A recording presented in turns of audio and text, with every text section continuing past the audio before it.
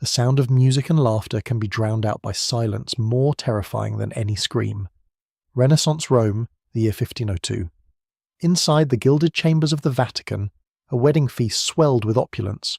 Roasted peacock gleamed with gold leaf, goblets brimmed with spiced wine, and the air itself carried the heady perfume of rosewater and power. This was not merely a wedding. It was a performance, a transaction, and before dawn it would birth a spectacle so grotesque that history would remember it in whispers. That night, the ceremony of flesh would be repeated not once, but 3 times while they all watched. The title history has given this dark page is simple: 3 times that night, while they all watched. At the centre of this performance stood a bride draped in silks, Lucrezia Borgia, only 22, yet already a veteran of survival in the brutal theatre of Renaissance politics. She was the daughter of Pope Alexander VI, head of Christendom and the most infamous pontiff of his age, and the sister of Cesare Borgia, whose ruthless ambition drenched Italy in blood. The name Borgia carried with it more than wealth and privilege.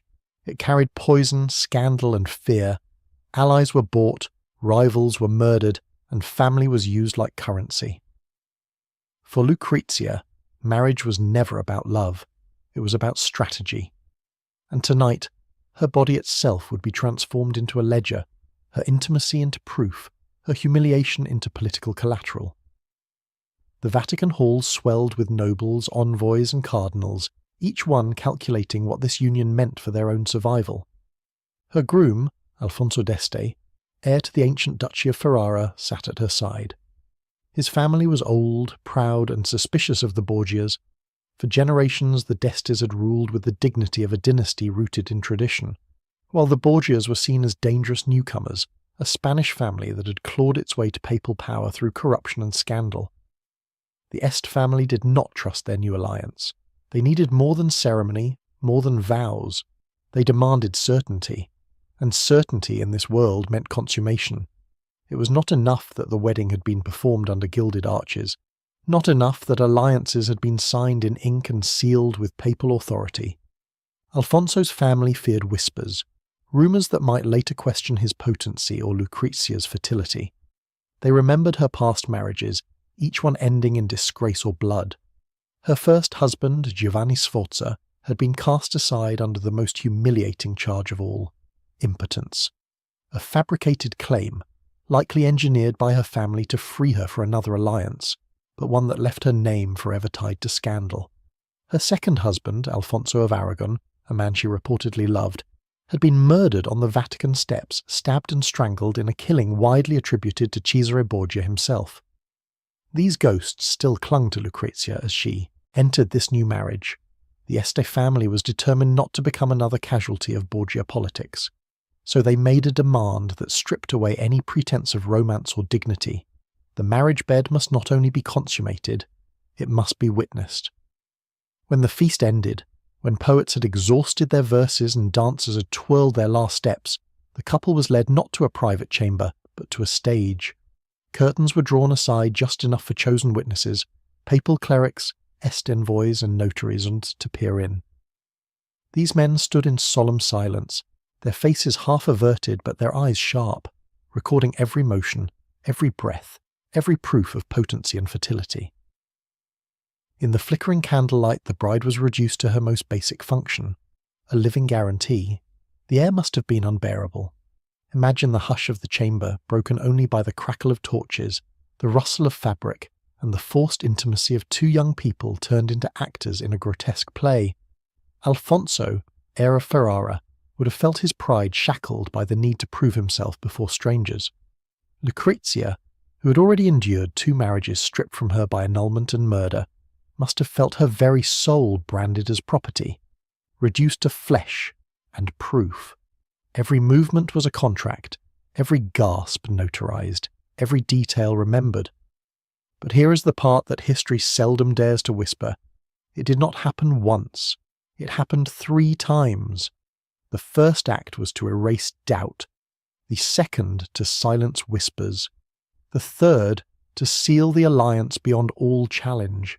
Each time the witnesses stood firm, eyes gleaming like cold steel, their pens and tongues ready to testify to what they saw.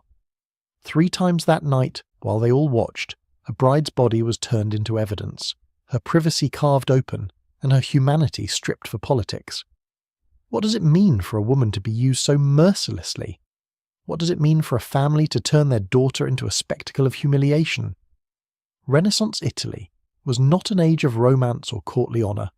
It was a viper's nest of shifting alliances where city-states like Venice, Milan, and Naples schemed for dominance, and where the papacy itself, supposedly the shepherd of souls, became the most ruthless player of them all.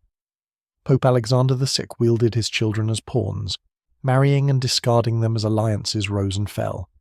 Cesare Borgia, Lucrezia's brother, carved a bloody path across Italy, his cruelty legendary, his ambition unchecked.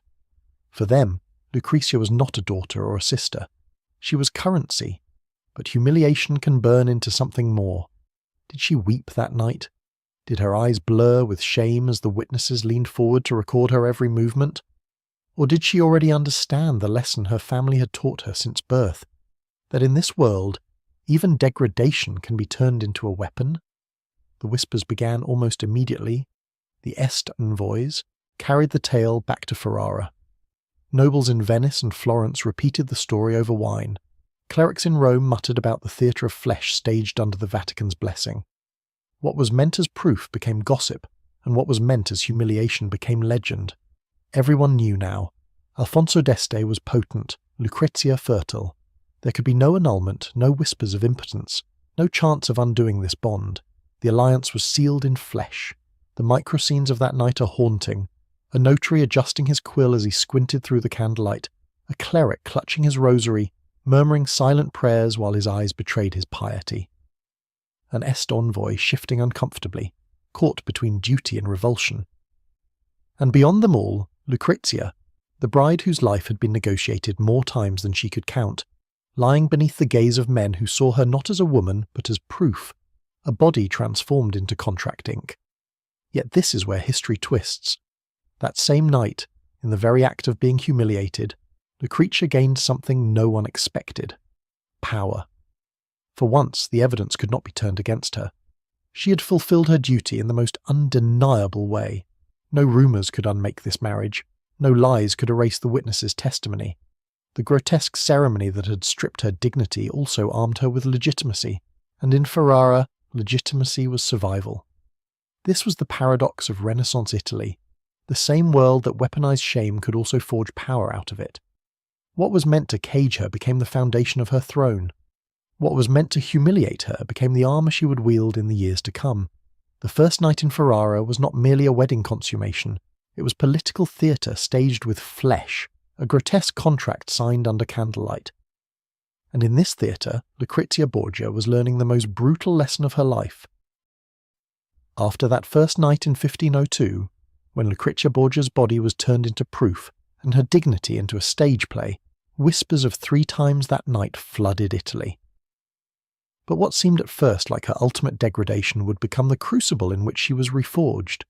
From pawn to duchess, from scandal to survival, Lucrezia transformed the theatre of her humiliation into the theatre of her authority.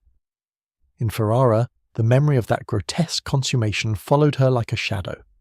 The Est family, old and proud, had gotten what they demanded: certainty. Their heir had proven himself potent, and Lucrezia fertile. No annulment could strip the marriage away. No rumours of impotence could poison the bond. Yet while Ferrara's nobles sneered at the woman they believed was a tainted Borgia pawn, Lucrezia quietly sharpened her most unexpected weapon: resilience. In the weeks after her arrival, the court's whispers grew cruel. Some women snickered behind fans, calling her the bride of the stage. Men drank and retold the tale of the 3 acts, adding embellishments as wine loosened their tongues. Even clerics who had witnessed the ordeal hinted at its details in carefully veiled gossip. For most women of her time, such infamy would have been a prison. But Lucrezia understood something her enemies did not. Once shame had been dragged into the open, it could no longer be used against her. What they thought would ruin her instead freed her. The strategy was subtle at first. She did not deny the whispers. She allowed them to swirl, knowing resistance would only fuel them. Instead, she began to craft another story around herself. She dazzled the Ferrara court with charm, wit, and an elegance so disarming that gossip lost its sting. When guests came expecting to see the scandalous daughter of the Pope, they left enchanted by her grace. Slowly, her reputation began to shift, not erased but transformed. She became not a victim of humiliation, but a woman who carried it with composure, and composure in politics was power. Ferrara's people too learned to see her differently. While the Este nobles clung to suspicion, ordinary citizens began to notice the young duchess's devotion. She walked among them, distributing alms, attending religious festivals, and speaking with a gentleness that belied the Borgia name. Mothers whispered that she smiled at their children. Priests murmured that she knelt in prayer longer than many of her peers. It was not long before she was no longer the Borgia bride, but la buona duchessa, the good duchess. But this transformation was not built on charm alone. It was forged in the brutal lessons of her family's world. Lucrezia knew the theatre of politics as well as anyone. She had seen her brother Cesare use armies and assassinations to carve his path across Italy. She had seen her father, Pope Alexander VI, wield marriage alliances like daggers, discarding men the moment they were no longer useful. She knew that survival depended not just on appearances, but on control of the script. So she built a new stage. In Ferrara, Lucrezia established salons, glittering gatherings where poets, philosophers and scholars debated under her patronage. She filled halls with discussions of Plato, recitations of Ariosto, and the music of court composers. Here, the whispers of scandal dissolved into the echoes of intellectual brilliance. Guests who came curious about the infamous bride left speaking of her refinement, her intelligence, her generosity to the arts. Bit by bit, she replaced the memory of 3 humiliating nights with the image of a duchess who elevated Ferrara into a beacon of Renaissance culture. And culture, in Renaissance Italy, was more than beauty. It was power. Patronage could launder reputations, reshape legacies, and rewrite the narratives whispered across courts. Just as her father had bought loyalty with gold and her brother with terror, Lucrezia bought hers with art, music, and grace. She turned the same eyes that once stared through curtains into witnesses of a new performance, one she controlled. Her political acumen grew sharper with each passing year. When Alfonso was called away to war, it was Lucrezia who governed Ferrara in his absence. She signed decrees, balanced budgets, and negotiated with envoys. Citizens who once doubted her whispered instead of her fairness. Nobles who sneered at her origins began to admit her skill. Even Alfonso, who had once been pressured into proving his marriage 3 times under scrutiny, came to rely on her judgment. She was no longer merely his wife, she was his partner in rule. But perhaps her greatest power came from the very weapon used against her, her body. In a world where women's worth was tied to fertility, Lucrezia's public consummation had erased doubt forever. She bore children, securing the Este lineage, and each birth strengthened her position. No one could question her legitimacy. No one could suggest annulment. Her humiliation had sealed her throne. Did she ever forget the faces of those who watched her that night? Did she remember the notaries with their ink-stained hands, the clerics with their forced solemnity, the envoys shifting uncomfortably in candlelight? Perhaps she did.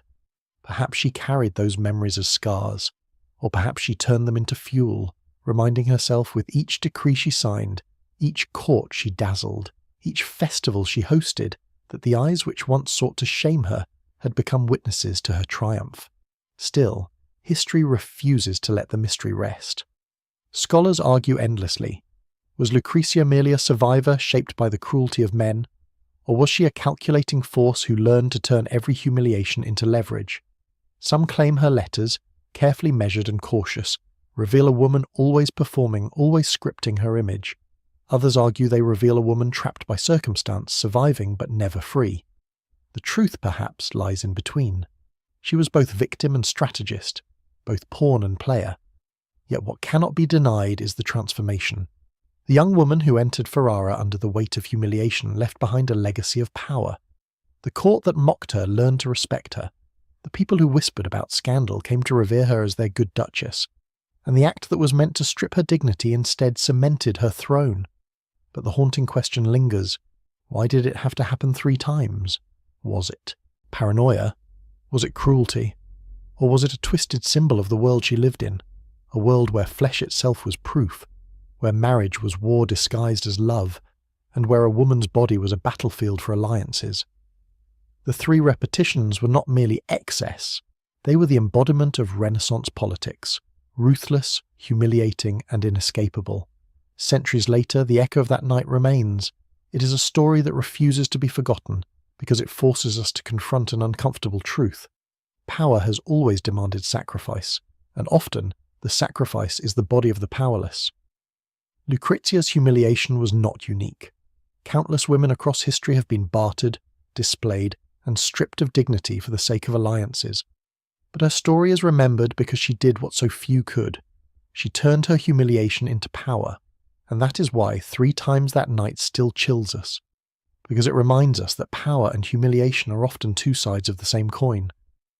Because it forces us to ask how many lives, how many bodies, how many intimate shames have been turned into proof for the ambitions of others. And because, in the flickering candlelight of that chamber, we see not just Renaissance Rome, but the shadow of a truth that still lingers today. The curtain may have closed on Lucrezia Borgia's stage, but its echoes remain. History wanted her humiliated. Instead, she became untouchable. And perhaps that is the final irony of her story. The very act meant to destroy her gave her the unshakable armour of legitimacy. The bed that was meant to cage her became the foundation of her throne, and the eyes that once watched her in silence became unwillingly the witnesses of her power.